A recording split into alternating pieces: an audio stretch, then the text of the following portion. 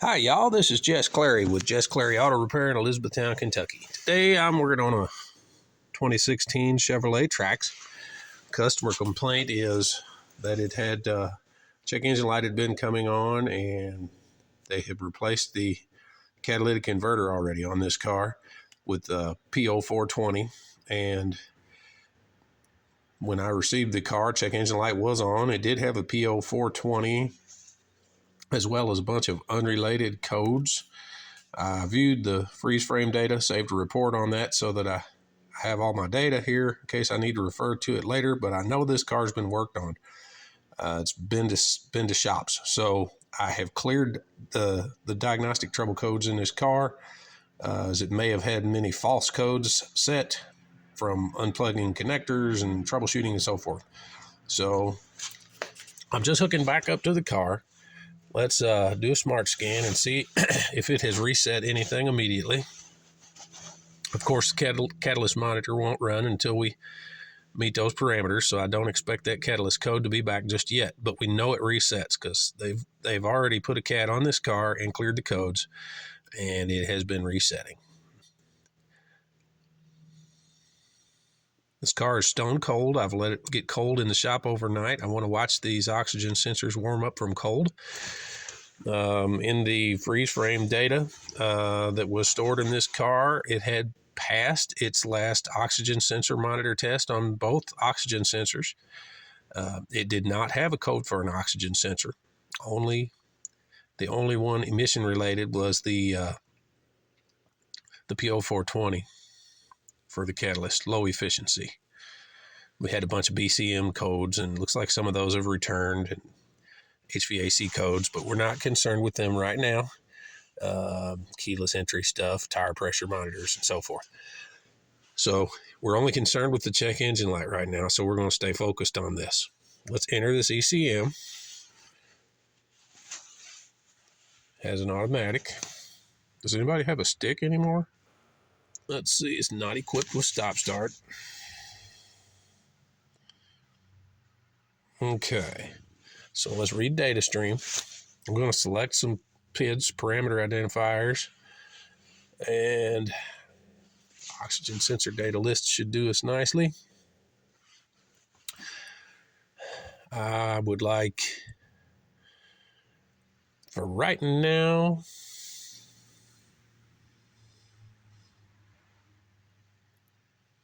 engine fuel control loop status for sure. Heated oxygen sensor. These are heaters. I'm not setting any heater codes. For now, let's focus on the reaction from this sensor. I don't want to get too much up on the screen here. It gets confusing. Let's say heated oxygen sensor 1.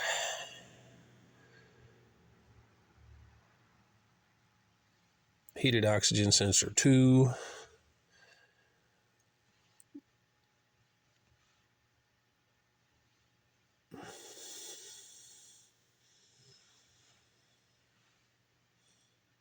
Let's go ahead and look at our long-term, short-term, and mass airflow sensor. I always like to look at these if I have enough room.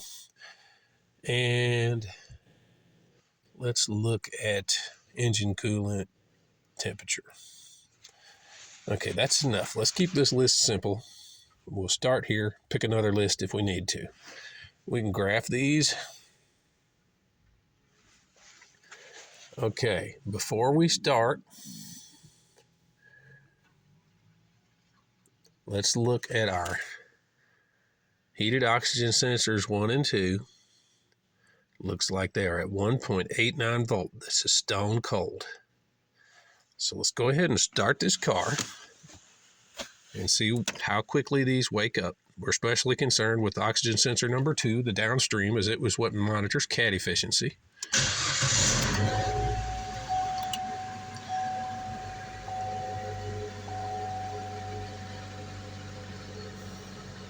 .50-degree coolant temperature. We're in open loop.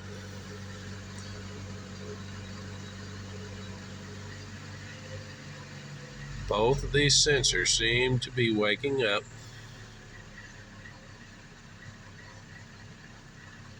somewhat. Getting very little movement out of 2, but it is post-cat. Should have reduced movement from the front sensor. Front sensor is already switching. It has gone into closed loop that fast. Guys, look at this sensor 2.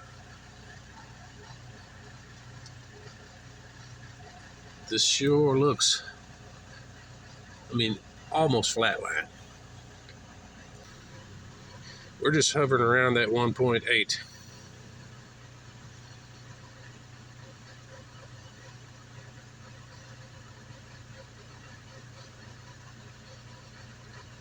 So, looks like this is actually reading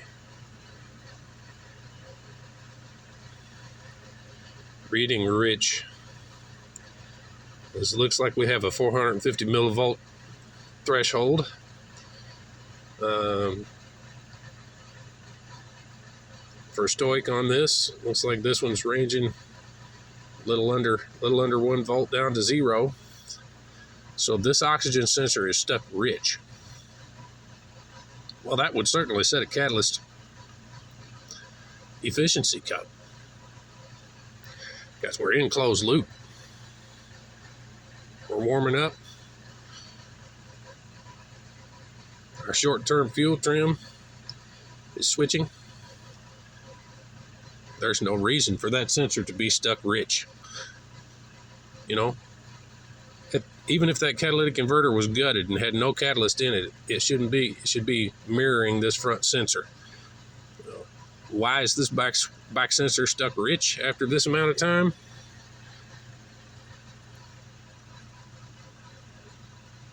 Guys, we've got a problem with this rear sensor. It's set no code. It is quite likely that the catalytic converter that was originally replaced on this vehicle may have been good. It may have been replaced because of this bad sensor. So let's look at a couple more data PIDs on this rear sensor. We're going to back out of here and get ourselves a few more PIDs.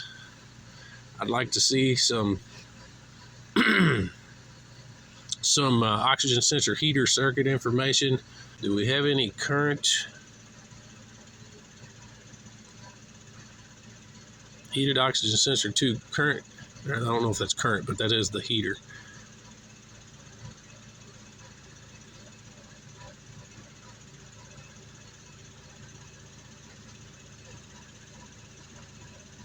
We were on sensor 1 there.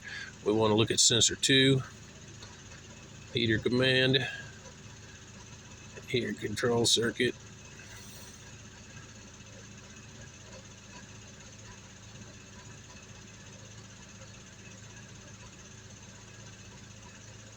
All right, let's look at those real quick.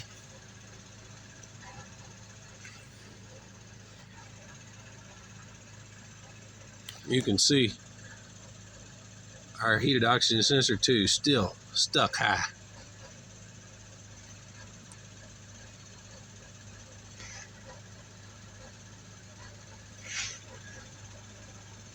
There we go. We're drawing 0.8 amps on the heater. That's about right. You usually see a little less than an amp. Heater's on.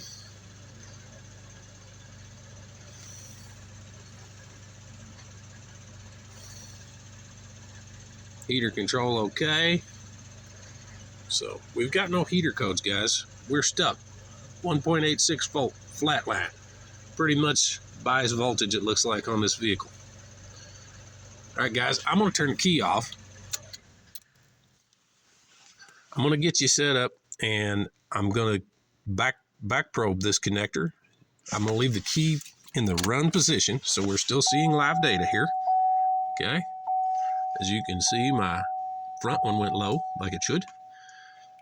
I'm going to back probe this connector, jump these wires together, do a circuit integrity test on this, make sure that my computer's reading properly and that we just have a bad sensor. So, okay, guys, I'm under the car. And get you some light here. Here's our oxygen sensor, rear oxygen sensor connector. The four-wire oxygen sensors, the two that are the same color, are the heater circuit. So we're not concerned with them right now. we're going to back probe the gray and black wires on this, jump them together. We should plug this back up. We should see that live data PID go low. So let me get this back probed. I'll get it up in there and I'll get you a shot of the data as I connect these. Okay guys, I'm going to try to get you a shot of this connector. It's going to be hard to get up in here plugged in.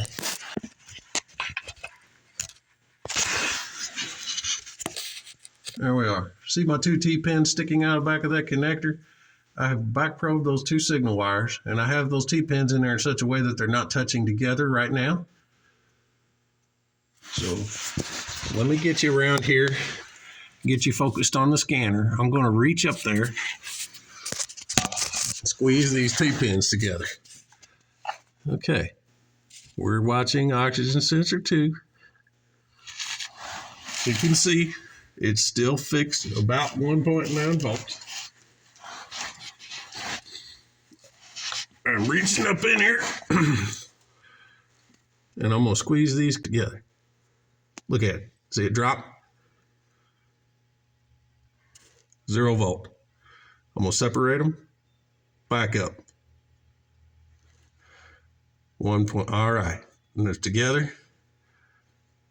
Well, there we go. We have reaction out of the computer as I touch these and pull them apart. There we go.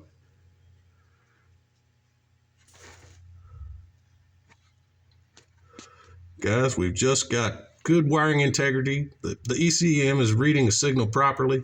I'm pulling those back out now. We're going to go back to, our 1.89 bias voltage. So we've just got a bad oxygen sensor on this car. Fellas, this is Jess Clary with Jess Clary Auto Repair in Elizabethtown, Kentucky. You guys have a good day. Bye-bye.